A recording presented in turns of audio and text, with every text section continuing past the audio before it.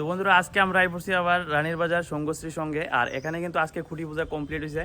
আর তাছাড়া এখানে কিন্তু বিরাট বড় থিম হয়েছে।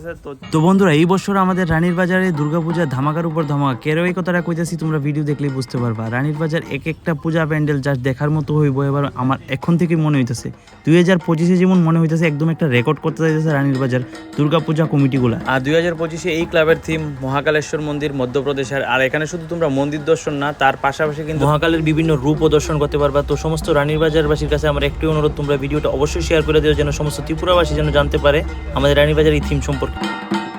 থিমটা কি দিতেছে দাদা তার থেকে জানি জানি। তো বর্তমানে আছে ক্লাব সদস্য দাদা তারা।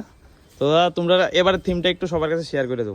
নমস্কার আপনাদের সবাইকে, আমাদের সঙ্গশ্রী সংঘের পক্ষ থেকে আপনাদেরকে স্বাগত জানাই এবং 2025 শারদীয় দুর্গোৎসবের আগাম শুভেচ্ছা। আমাদের সঙ্গশ্রী সংঘের এবারের পুজোর নিবেদন 51 শক্তিপীঠের যে দ্বাদশতম মানে দ্বাদশ জ্যোতির্লিঙ্গের মহাকালেশ্বর মন্দির, যা উজ্জয়িনী মধ্যপ্রদেশে অবস্থিত এবং যার উল্লেখ মহাকবি কালিদাসের মেঘদূতম কাব্যে আছে। তো আমরা এই থিমটাকে নিয়েই এবারের আমরা পুজোর সঙ্গশ্রী সংঘের পক্ষ থেকে আমরা উপস্থাপন করব সারা রাজ্যবাসীর কাছে। আমরা আমাদের সঙ্গশ্রী সংঘের পক্ষ থেকে সারা রাজ্যবাসীর কাছে অনুরোধ থাকবে ওনারা রানীর বাজারে আসবেন এবং সঙ্গশ্রী সংঘের পুজোর অনুষ্ঠানটাকে দেখবেন এবং আনন্দমুখর যে উপস্থাপন হবে এটাকে উপভোগ করবেন।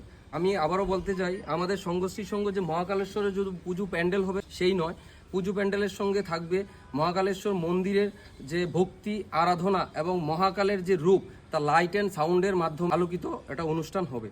তো আমি আবারও রাজ্যবাসীর কাছে সবার কাছে অনুরোধ রাখবো সঙ্গশ্রী সংঘের পক্ষ থেকে যে আমাদের সঙ্গশ্রী সংঘের যে পুজোর থিম নিয়ে আমরা পুজোটা উপস্থাপন করব, সে আনন্দ উপভোগ করার জন্য। থ্যাংক ইউ দাদা। সঙ্গশ্রী সংঘ কি